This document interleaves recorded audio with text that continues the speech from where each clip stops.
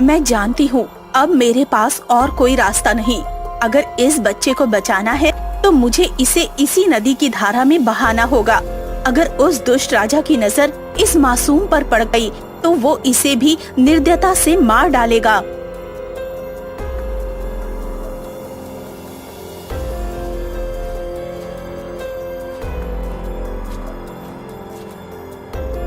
महाराज, वो रही महारानी सामने। मैं अभी उसे पकड़ता हूँ, इससे पहले कि वो हमारी आंखों से ओझल हो जाए।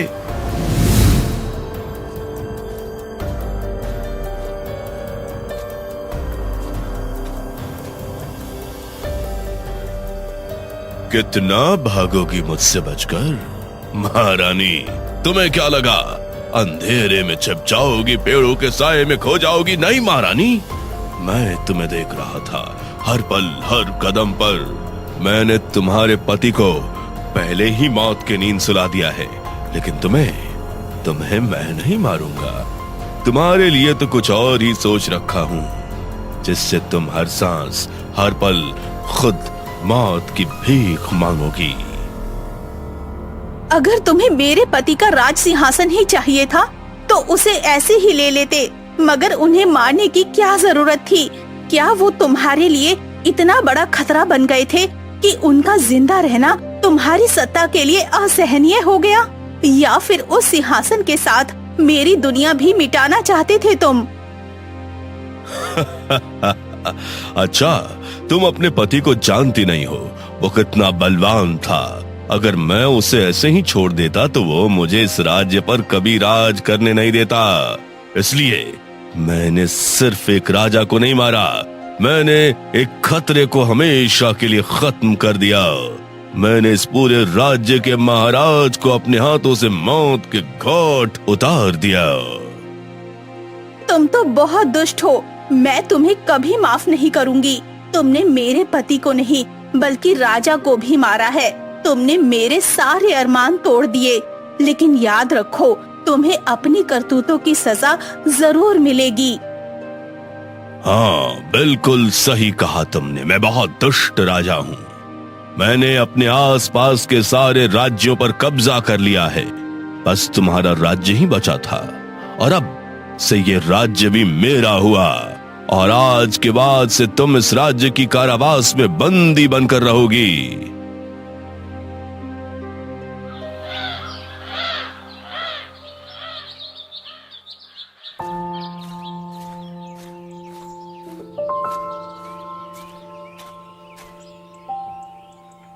अरे, ये बच्चा किसका है?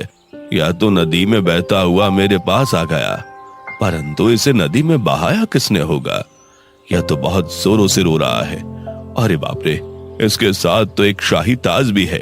इसका मतलब ये कोई साधारण बच्चा नहीं है, ये जरूर राजमहल का बच्चा है। मैं इस बच्चे को उठाकर अपने साथ ले जाता हूँ। अगर ये राजघराने का बच्चा है तो ये जरूर किसी मुसीबत में होगा। मुझे इसे अपने साथ ले जाना ही होगा। श्यामलाल राजकुमार को अपने साथ उठाकर अपने घर ले जाता है। समझ नहीं आता, राजमहल में ऐसा क्या हुआ है जो महारानी ने अपने पुत्र को ही नदी में बहा दिया? जरूर राजमहल में कुछ बुरा हुआ है। खैर, अब जो भी हो, मुझे इस बच्चे की रक्षा करनी होगी, इसलिए मैं इस बच्चे को अपने ही साथ रखूंगा। ये बच्चा कितना प्यारा है, इसे देखकर मुझे बहुत प्यार आ रहा है। एक काम करता हूँ, इसे अब से अपने पास ही रख लेता हूँ। वैसे भी ये बहुत छोटा है, इसकी रक्षा और देखभाल अब मुझे ही करनी होगी। वैसे भी मेरा कोई बच्चा नहीं है। ठीक है, आज से ये मेरा बच्चा है। अब मैं ही इसे पालूंगा, और जब ये एक दिन बड़ा हो जाएगा तो मैं इसे बता दूंगा कि यह मुझे कैसे मिला था। 20 साल बाद।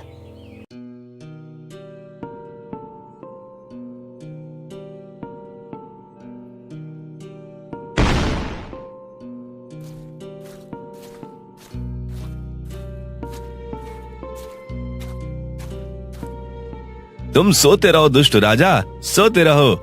तुम्हें थोड़ा परेशान करना तो बनता है। तुम हमारी गरीब प्रजा को बहुत तंग करते हो, इसलिए मुझे उन सब का हिसाब लेने यहाँ आना ही पड़ता है। अब से तुम्हारे सारे सोने के सिक्के मेरे हुए। मैं इन्हें अपने साथ ले जा रहा हूं।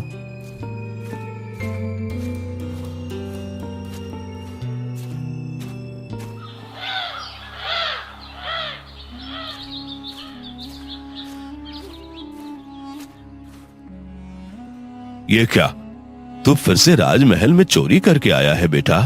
मैंने तुझे कितनी बार समझाया है कि चोरी करना बंद कर दे।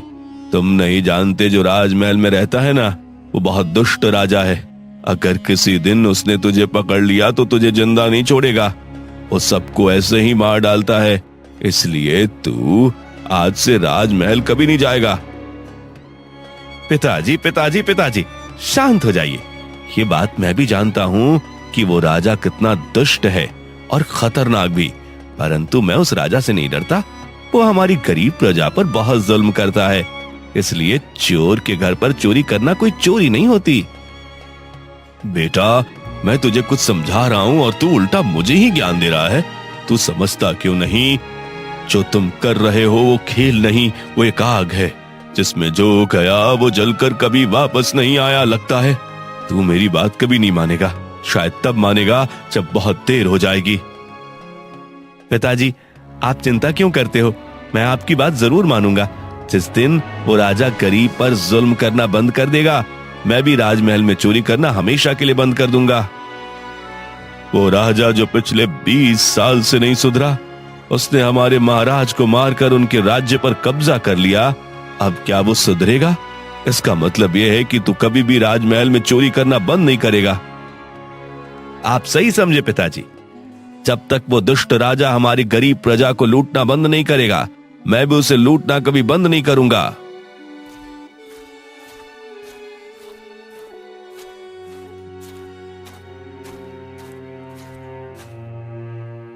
माँ जी, ये लीजिए। राजा के दुष्ट सैनिकों ने आपसे आपका घर छीन लिया था ना। आप ये पैसे रखिए और इन पैसों से अपना नया घर बनवा लीजिए।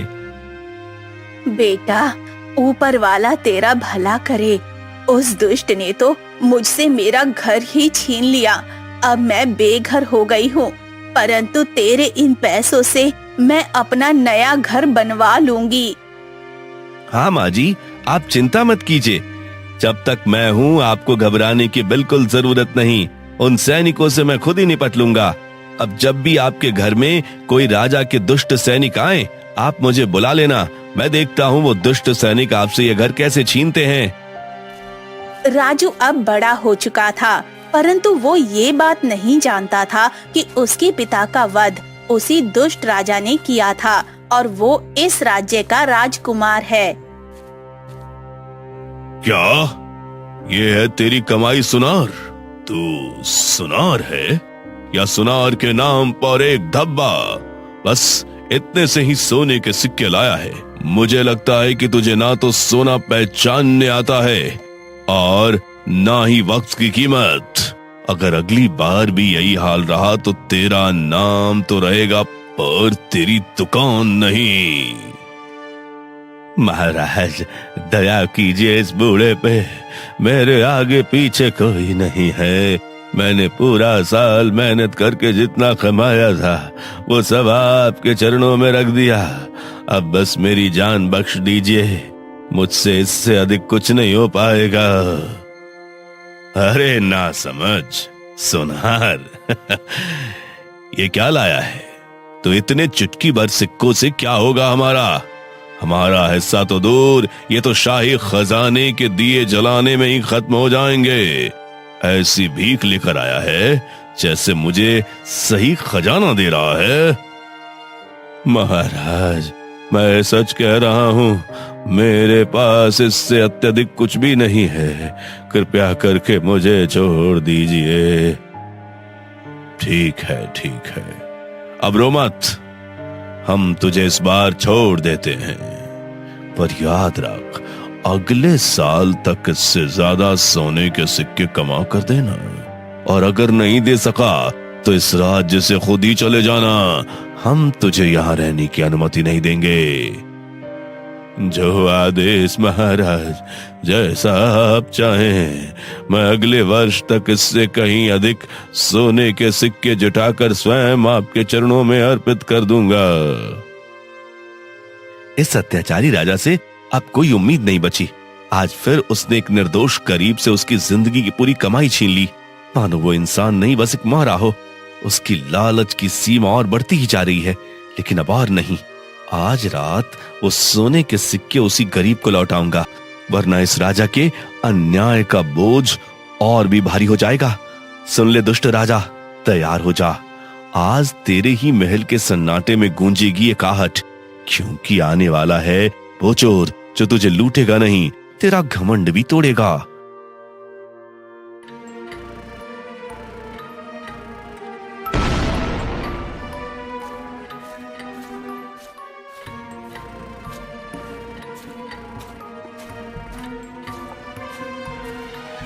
रुको, कौन हो तुम? तुम्हारा हुलिया राजमहल के सैनिकों जैसा नहीं लग रहा। बताओ, यहाँ कैसे आए और क्यों आए हो? अरे ये क्या? आपको देखकर तो लगता है जैसे आप कोई महारानी हो, लेकिन फिर इस अंधेरे कारावास में कैद क्यों हैं? आप कौन हैं?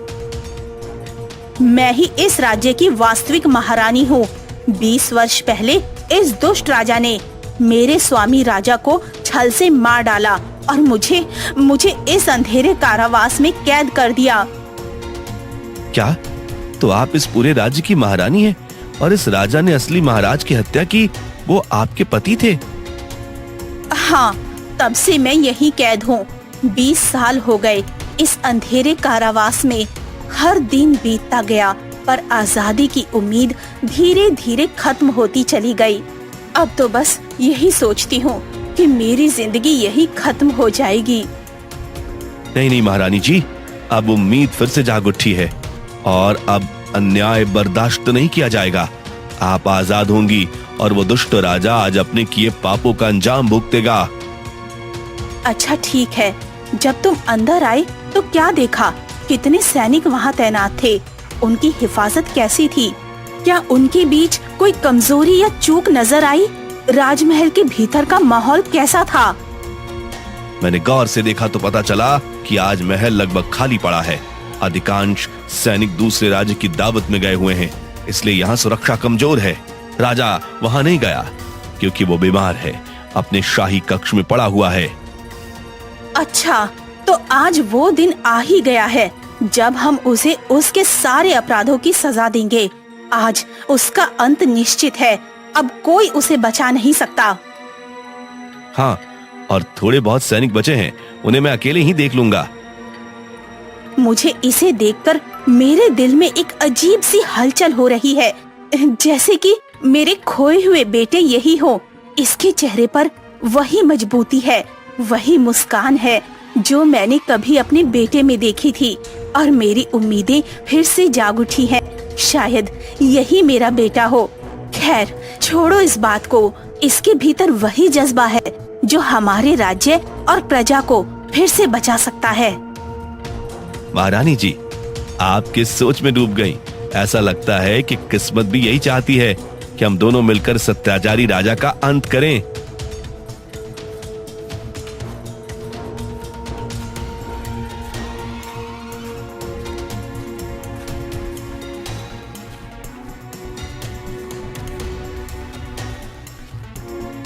महारानी जी, वे सैनिक राजा के हैं, आप चिंता मत कीजिए, उन्हें मैं अभी ठिकाने लगाता हूँ। राजा गहरी नींद में होता है। राजू और महारानी उसके सामने खड़े हो जाते हैं। उठ जाओ दुष्ट राजा, कब तक सोते रहोगे? अब मैं तुम्हें हमेशा के लिए सुलाने आ गया हूँ। राजा अचानक चौंक कर उठता है। उसकी नजरें सामने खड़ी महारानी और राजू पर टिक जाती हैं। महारानी, तुम यहाँ कैसे? तुम तो बंदी थी। मैंने सोचा था कि तुम्हारा अस्तित्व यहाँ तक सीमित है, पर तुम अचानक मेरी आंखों के सामने खड़ी हो, ये कैसे हो गया? हाँ दुष्ट महाराज, मैं 20 सालों से बंदी थी, लेकिन अब तुम्हारा अंत नजदीक है। मैं तुझे अपने हाथों से मारूंगी। अच्छा, लेकिन बताओ तो सही, तुम कौन हो? जो बेधड़क होकर मेरे महल में घुस आया और इतनी हिम्मत कैसे जुटाई सीधे मुझे मारने आ गए। मेरा नाम राजू है और तुम मुझे अपनी मौत मान सकते हो। आज ना तुम्हारे सैनिक है ना तेरा मंत्री, आज तू सिर्फ एक अपराधी है। सैनिकों, सैनिकों! दुष्ट राजा, तुझे चिल्लाने का कोई फायदा नहीं। तेरे आदेश पर सारे सैनिक बाहर चले गए और जो बचे थे उन्हें मैंने पहले ही खत्म कर दिया। राजू और महारानी राजा को पकड़कर उसी कारावास में बंद कर देते हैं जहां महारानी वर्षों से कैद थी। महारानी, तुम्हारी इतनी हिम्मत, मुझे कारावास में बंद कर दिया। मैं एक बार बाहर निकला तो तुम दोनों को जान से मार दूंगा।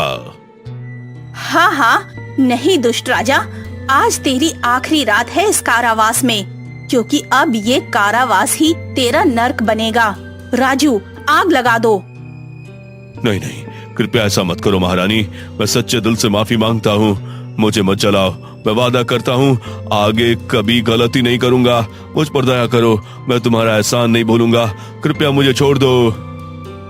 हाँ, इतनी माफी तब कहाँ थी जब लोग तुमसे माफी मांगते थे और तुम उन पर अत्याचार करते थे। लेकिन अब महाराज, न्याय का समय आ गया है, तुम्हें अपने लिए सजा जरूर मिलेगी। राजू मशाल से कारावास में आग लगा देता है। राजा की चीखें गूंजती हैं। बचाओ, बचाओ, मुझे माफ कर दो। अगली सुबह पूरा राज्य इकट्ठा हो जाता है और राजू का पिता महारानी को सारी बातें बता देता है।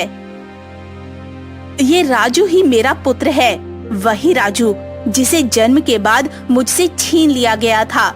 आज मैं उसे इस राज्य का नया महाराज घोषित करती हूँ। जय हो महाराज राजू की, जय हो न्याय की। और इस प्रकार अन्याय को उसका न्याय मिला, सच्चाई की विजय हुई। राजू बना एक ऐसा सम्राट जो समझता था कि राजा होना केवल सिंहासन तक पहुंचने का नाम नहीं, बल्कि एक बड़ी जिम्मेदारी निभाने का अधिकार है।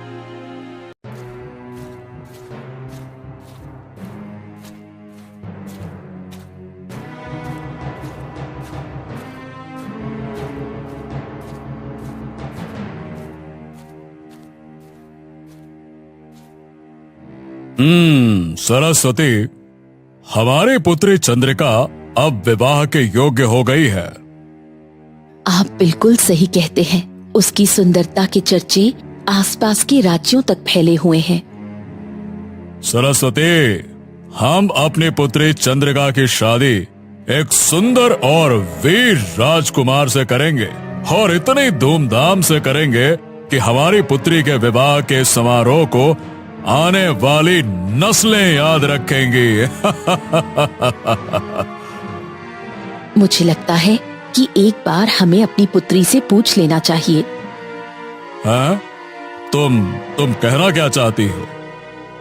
यही कि आखिर हमारी पुत्री राजकुमारी चंद्रिका किस राज्य में किस राजा से शादी करना चाहती है।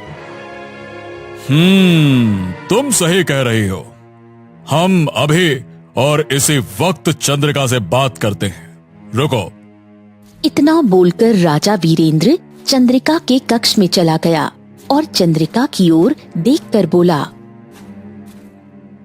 हाँ तो बेटे चंद्रिका, देखो अब तुम विवाह के योग्य हो गई हो। अगर तुम्हारे मन में कोई राजकुमार बसा हो तो तुम हमें बेझिझक बता सकती हो। अपने पिता की बात सुनकर राजकुमारी चंद्रिका शर्माती हुई बोली, पिताजी, आप जिससे मेरा विवाह तय करेंगे मैं उसी के साथ विवाह करूंगी, परंतु मेरी एक शर्त है। शर्त? कैसी शर्त? पिताजी, मैं विवाह उसी के साथ करूंगी जिसने विचित्र पीली नगरी को अपनी आंखों से देखा हो। ये सुनकर राजा पूरी तरह आश्चर्य में पड़ गए। ये तुम कैसी बात कर रही हो राजकुमारी चंद्रिका? इस तरह की नगरी के बारे में तो आज तक हमने कभी नहीं सुना।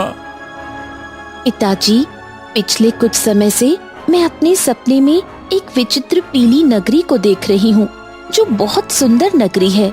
जब भी सपने में मैं अपने आप को पीली नगरी में पाती हूँ तो मुझे वो सपना बिल्कुल वास्तविक लगता है और मुझे विश्वास है कि इस तरह की पीली नगरी इस दुनिया में कहीं तो जरूर है।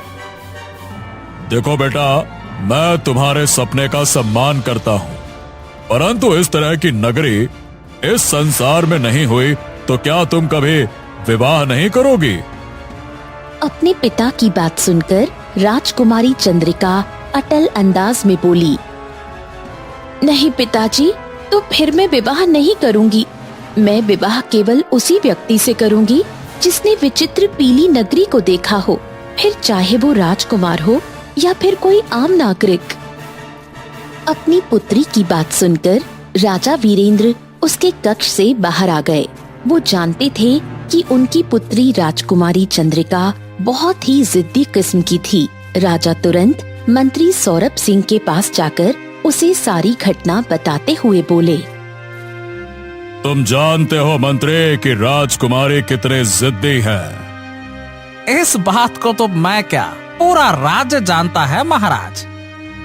जाओ, जाकर आसपास के राज्यों में ऐलान करवा दो और हमारे राज्य के आम नागरिकों में भी ऐलान करवा दो कि जिसने भी विचित्र पीली नगरी को अपनी आंखों से देखा हो वो सीधे हमारे महल में आ जाए। हम अपनी पुत्री चंद्रिका का विवाह उस व्यक्ति से करवा देंगे। जाओ, ऐलान करवा दो। अब ये आप कैसी बात कर रहे हैं महाराज? राजकुमारी चंद्रिका की शर्त बड़ी ही बेतुकी है। अपनी जबान पे लगाम दो मंत्री। तुम अच्छी तरह से जानते हो कि मेरी पत्नी की वर्षों से संतान नहीं हुई थी। राजकुमारी चंद्रिका को एक साधु ने हमें भेंट स्वरूप दिया था। जब राजकुमारी छोटी थी तब से हमने उनकी हर जिद पूरी की है। हम उसकी ये जिद भी पूरी करेंगे। हम उसकी आंखों में आंसू नहीं देख सकते, समझ गए? हमने जो कहा है वो करो, बस। राजा वीरेंद्र का आदेश सुनकर मंत्री सौरभ सिंह ने ऐसा ही किया। कुछ ही दिनों में ये खबर आसपास के राज्यों में जंगल की आग की तरह फैल गई। मगर सभी राजकुमारों ने विचित्र पीली नगरी के नाम से अपने हाथ खड़े कर लिए, क्योंकि उन सब ने उस नगरी को देखना तो बहुत दूर की बात है, उस नगरी का कभी नाम तक नहीं सुना था। राजा वीरेंद्र के राज्य में ये चर्चा जोरों शोरों पर थी। विष्णुगढ़ राज्य में ही रोहन नाम का एक सुंदर नौजवान व्यापारी रहा करता था। रोहन दूसरे राज्य से अपने घर आया ही था कि तभी उसकी माँ मिताली उससे बोली, पहले तो तू व्यापार के सिलसिले में जब राज्य से बाहर जाता था तो कुछ दिनों में लौट आता था, लेकिन अब तो तुझे लौटने में महीने का समय लग जाता है। हाँ माँ, व्यापार धीरे धीरे आगे बढ़ता जा रहा है और मैं चाहता हूँ कि अपने पिता के व्यापार को अपने देश के अलावा अगले देश में भी स्थापित करूँ। हाँ, तेरे पिताजी भी बिल्कुल तेरी तरह थे। अच्छा, ये सब बातें छोड़, देख मुझसे बुढ़ापे में घर का काम नहीं होता। अरे आप चिंता क्यों करती हो माँ, मैं घर पर नौकरानी रख लेता हूँ। हाँ। अरे बुड़बक, मेरे कहने का ये मतलब है कि तू विवाह करके बहू को घर ले आ। बहू जब घर आ जाएगी तो उससे बातें करने में मेरा भी समय कट जाया करेगा। ये सुनते ही रोहन हंसते हुए बोला, ओह अच्छा माँ, जब मैंने राज्य में प्रवेश किया ना, तब मैंने एक बड़ी ही अजीब सी खबर सुनी। कैसी खबर? अरे माँ, मैंने सुना है कि राजा वीरेंद्र की पुत्री चंद्रिका ने विवाह की एक शर्त रखी है। शर्त के अनुसार जिसने भी विचित्र पीली नगरी को देखा है वो उसी के साथ विवाह करेंगी। ये शर्त है उनकी। हाँ हाँ, तूने बिल्कुल सही सुना है। मुझे नहीं पता था कि राजा वीरेंद्र की पुत्री चंद्रिका एक मूर्ख स्त्री होगी, क्योंकि इस तरह की नगरी तो है ही नहीं। उसे जीवन भर कुंवारी ही रहना पड़ेगा। हाँ, यही तो मैं आपसे कहना चाहता हूँ माँ। जब इस तरह की नगरी ही नहीं है तो क्यों ना मैं ही राजकुमारी चंद्रिका से विवाह कर लूं। मैं उनसे बोल दूंगा कि मैंने उस नगरी को देखा है। ये सुनकर मिताली डर गई। नहीं बेटा, ये तो धोखा होगा। अरे कोई धोखा ओखा नहीं होगा माँ, इसी बहाने आपको राजकुमारी जैसी बहू मिल जाएगी है? है ना? और वैसे भी मैंने उनकी सुंदरता के चर्चे बहुत सुने हैं। हाँ, बड़ी सुंदर है वो। अगले दिन रोहन राजमहल में पहुंचकर एक सैनिक से बोला, सुनो, महाराज वीरेंद्र से जाकर कहो मैंने उस विचित्र पीली नगरी को देखा है। जाओ, जाकर कह दो। ये सुनकर सैनिक बुरी तरह से आश्चर्य में पड़ गया और दौड़ता हुआ राजा के पास जाकर बोला, महाराज की जय हो। महाराज, महल के बाहर एक सुंदर युवक खड़ा हुआ है। वो कह रहा है कि उसने विचित्र पीली नगरी को देखा है महाराज। ये सुनकर राजा वीरेंद्र और उसकी पुत्री चंद्रिका बुरी तरह से चौंक पड़े। राजा सैनिक से बोले, हैं? ठीक है, जाओ उस युवक को तुरंत यहाँ पर लेकर आओ। जाओ। कुछ देर में रोहन राजा वीरेंद्र और राजकुमारी चंद्रिका के सामने खड़ा हुआ था। राजकुमारी रोहन की ओर देखकर बोली, क्या तुमने वास्तव में विचित्र पीली नगरी को देखा है? हाँ राजकुमारी, मैंने उस नगरी को अपनी आंखों से देखा है। तो मुझे बताओ, उस नगरी का द्वार किस रंग का है? राजकुमारी, उस नगरी का द्वार पीले रंग का है और वहां आसपास पीले रंग की किरणें फैली रहती हैं। बड़ी ही सुंदर नगरी है। ये सुनकर राजकुमारी चंद्रिका बुरी तरह से क्रोधित होती हुई बोली, तुम झूठे और मक्कार हो। विचित्र पीली नगरी ऐसी नहीं है और सच तो ये है कि उसका कोई द्वार ही नहीं है। ये सुनकर राजा वीरेंद्र बुरी तरह से क्रोधित होकर अपने सैनिकों को देखकर बोले, इस झूठे मक्कार को धक्के देकर बाहर फेंक दो। ले जाओ इसे। सैनिकों ने तुरंत रोहन को महल से बाहर फेंक दिया।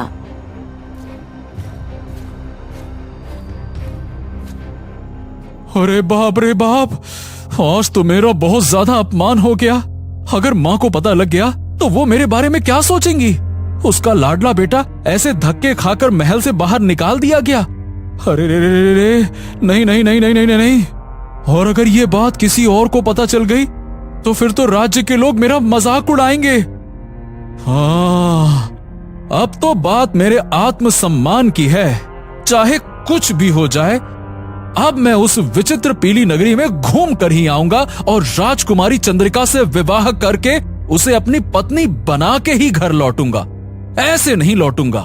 हाँ, ठीक है ठीक है ठीक है। अब इसके लिए मुझे जंगल में तपस्या कर रहे साधु महाराज की मदद लेनी होगी, जिनके बारे में अक्सर मेरी मां मुझे बताया करती थी। ठीक, अब मैं उनके पास जाता हूं।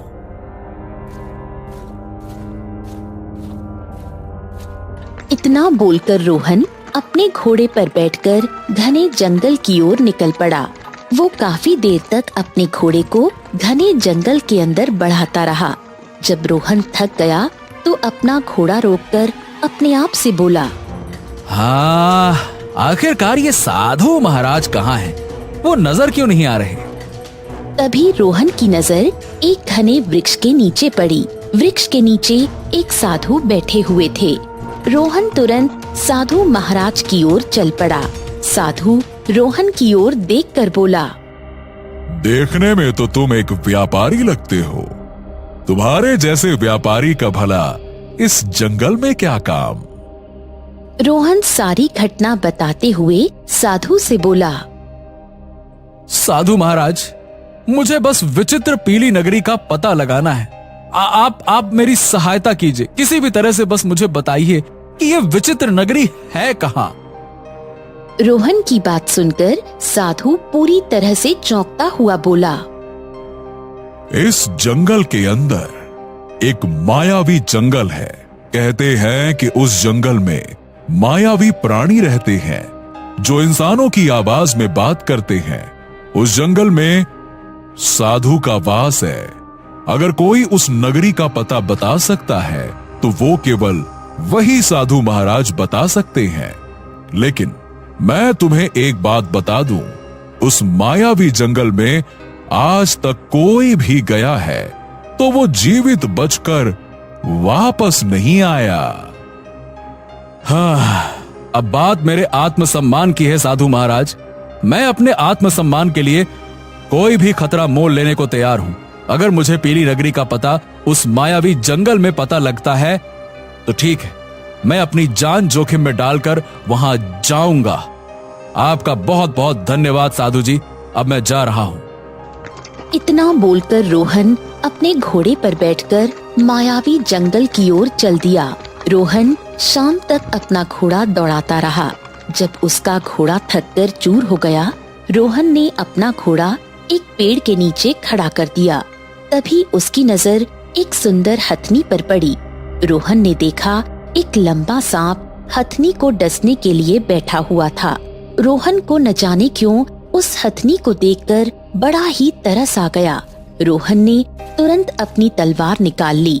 रोहन सांप के ऊपर वार करने ही वाला था कि तभी वो सांप रोहन की ओर देखकर इंसानी आवाज में बोला,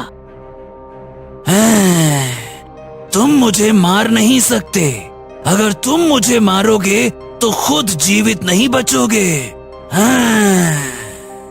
सांप के मुंह से इंसानी आवाज सुनकर रोहन बुरी तरह से चौंक पड़ा। हैं? तुम तो सांप हो और सांप इंसानों की आवाज में तो बात नहीं कर सकते। ये क्या चक्कर है? तुम मायावी जंगल के अंदर हो, समझ गए? रोहन अपने मन में बोला। ओ, समझ गया। इसका मतलब साधु महाराज ने सही कहा था। इतना बोलकर रोहन ने सांप से बोला, देखो, इस हथनी को छोड़ दो। नहीं नहीं नहीं, मैं इसे नहीं छोड़ सकता। और अगर तुम चाहते हो कि मैं इसे छोड़ूं तो केवल एक शर्त पर ही छोड़ सकता हूं। शर्त? कैसी शर्त? इसके बदले में मैं तुम्हें डसूंगा। अब फैसला तुम्हारे हाथों में है। सांप की बात सुनकर रोहन गहरी सोच में डूबते हुए बोला, माँ कहती है, मनुष्य का जीवन अगर किसी प्राणी या किसी मनुष्य के काम आ जाए तो ये उसके लिए बहुत बड़ी बात है। ठीक, मुझे मंजूर है। रोहन ने इतना कहा ही था कि तभी रंग बिरंगी किरणों के साथ वो सांप एक साधु में परिवर्तित हो गया। ये देखकर रोहन आश्चर्यचकित हो गया। साधु रोहन की ओर देखकर बोला, न जाने कितने मनुष्य यहाँ पर आए और इस परीक्षा में कभी सफल नहीं हो पाए और मौत की गोद में समा गए। तुम पहले मनुष्य हो, हाँ, जो इस परीक्षा में पास हुए हो। बोलो युवक, यहाँ पर क्यों आए हो? रोहन साधु महाराज को सारी घटना बताते हुए बोला, महाराज, मुझे उस विचित्र पीली नगरी का पता जानना है। साधु रहस्यमयी अंदाज में रोहन की ओर देखते हुए बोला, ये मायावी जंगल है। तुम इस जंगल के अंदर जाओ, तुम अपनी सही जगह पर पहुंच जाओगे। परंतु एक बात याद रखना, अपने कदम बहुत संभाल के रखना। यहाँ की जमीन कब नदी बन जाए और कब नदी जमीन बन जाए, कुछ भी पता नहीं होता। पर हाँ, तुम्हें यहाँ से अपना सफर पैदल ही तय करना पड़ेगा। तुम्हारा घोड़ा इससे आगे नहीं जा पाएगा। हाँ, मेरा आशीर्वाद तुम्हारे साथ है। तथास्तु। रोहन साधु का आशीर्वाद लेकर पैदल ही यात्रा की ओर चल पड़ा। रोहन जंगल में चल ही रहा था कि अचानक वो डूबने लगा। रोहन बुरी तरह घबराते हुए अपने आप से बोला, हाँ हाँ, अरे अरे ये क्या कहोगे? ये क्या हो रहा है? मैं कैसे डूब सकता हूँ? हाँ, ये क्या हो रहा है? रोहन ने अपनी नजर जैसे ही जमीन पर दौड़ाई तो उसने देखा कि वो एक नदी के ऊपर था। रोहन उस नदी से बाहर निकलने के लिए अपने पैर हिलाने लगा, मगर नदी का पानी रोहन को पूरी शक्ति से नीचे की ओर खींच ले जा रहा था। रोहन नदी के अंदर बेहोश हो गया। अगले ही पल रोहन की आंख खुली तो अपने आप को एक बहुत ही सुंदर राज्य में पाया, जहाँ पर 2 सैनिक खड़े थे, जिनके शरीर इंसानों के थे पर चेहरा शेर का था।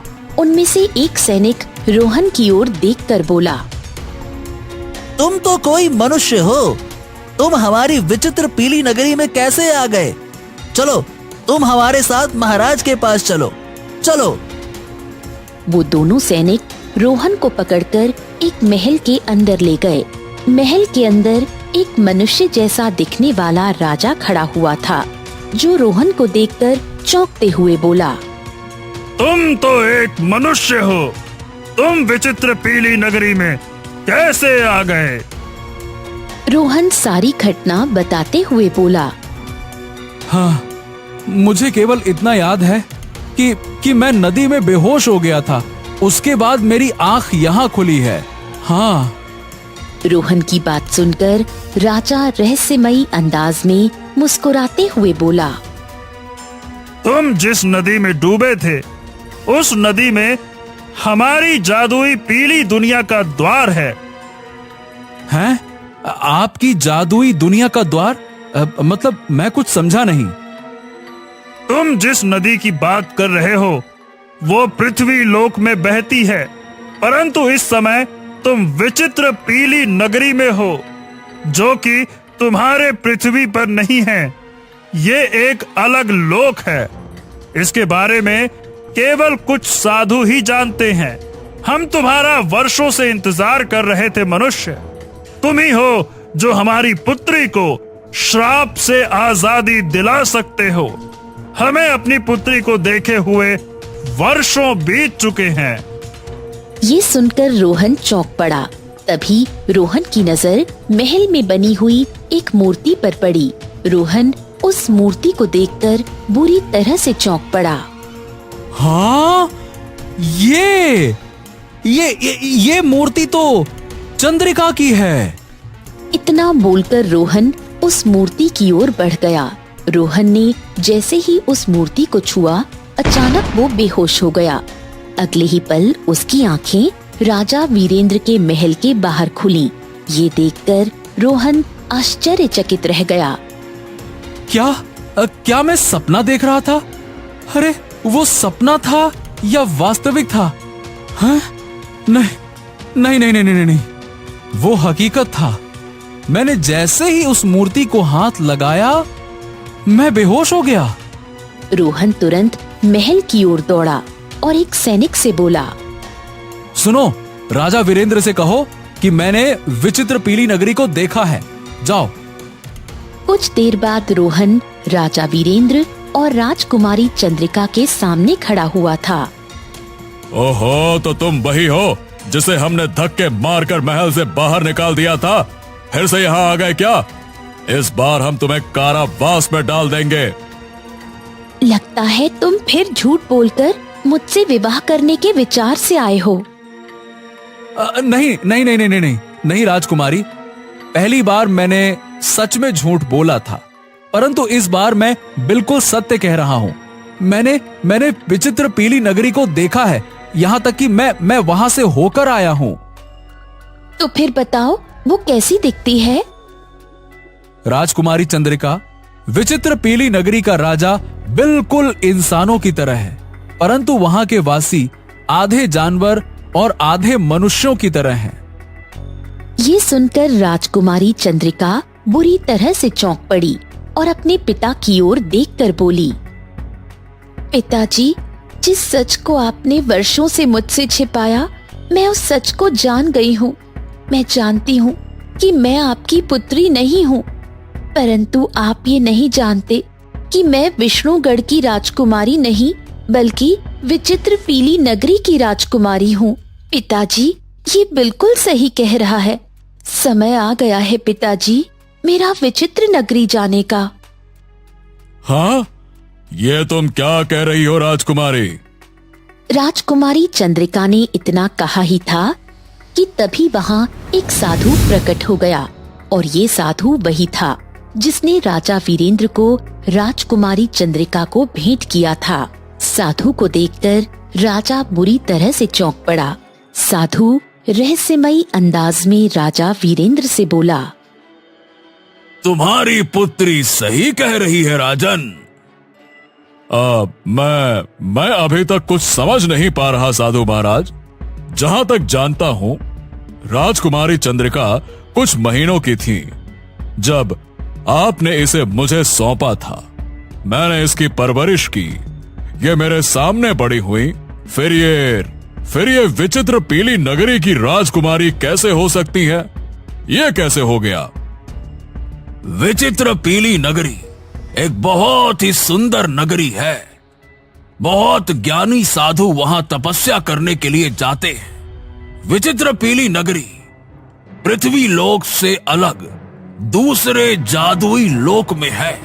वर्षों पहले मैं विचित्र पीली नगरी में तपस्या कर रहा था कि तभी पीली नगरी की राजकुमारी ने मेरी तपस्या भंग कर दी। मुझे बहुत बुरी तरह से क्रोध आ गया। मैंने उसे श्राप दे दिया। बस श्राप के लगते ही राजकुमारी चंद्रिका मूर्ति में परिवर्तित हो गई। ये देखकर राजकुमारी के पिता फूट फूट कर रोने लगे। हाँ, मुझे आखिरकार उन पर दया आ गई। तब मैंने उनसे कहा कि उसकी पुत्री राजकुमारी चंद्रिका मनुष्य के रूप में पृथ्वी में गरीब परिवार के यहाँ जन्म लेगी। दुर्भाग्यवश जब राजकुमारी 1 वर्ष की हुई तो इसे जन्म देने वाली स्वर्ग सिधार गई, तो मैंने इसे तुम्हें भेंट में दे दिया। जब राजकुमारी चंद्रिका 20 वर्ष की हुई तब उसे अपने पुनर्जन्म की सारी बातें याद आ गई। राजकुमारी चंद्रिका पीली नगरी की राजकुमारी है। ये उसका दूसरा जन्म है और ये तभी अपने माता पिता से जाकर मिल सकती है जब कोई ऐसा मनुष्य जिसने अपनी आंखों से विचित्र पीली नगरी को देखा हो वो चंद्रिका से विवाह करेगा। तो बस ऐसा करते ही चंद्रिका में पीली नगरी की जादुई शक्तियां आ जाएंगी और वो आसानी से अपने लोक वापस जा सकती है। इतना बोलकर साधु वहाँ से गायब हो गए। फिर राजा वीरेंद्र ने राजकुमारी चंद्रिका का विवाह धूमधाम से रोहन के साथ संपन्न कर दिया और रोते हुए अपनी पुत्री चंद्रिका की ओर देखकर बोला, राजकुमारी तुम्हें तुम्हारे पुराने जन्म की बातें याद आ गई है। राजकुमारी, अब तुम यहाँ से चली जाओगी। नहीं पिताजी, मैं केवल कुछ दिनों के लिए विचित्र पीली नगरी माता पिता से मिलने के लिए जाऊंगी। वो काफी वर्षों से मुझे देखने के लिए तरस रहे हैं। उसके बाद मैं पृथ्वी लोक में ही अपने पति रोहन के साथ रहूंगी। इतना बोलकर राजकुमारी वहाँ से गायब हो गई और कुछ दिनों बाद पृथ्वी पर वापस आ गई और अपने पति रोहन के साथ खुशी खुशी रहने लगी।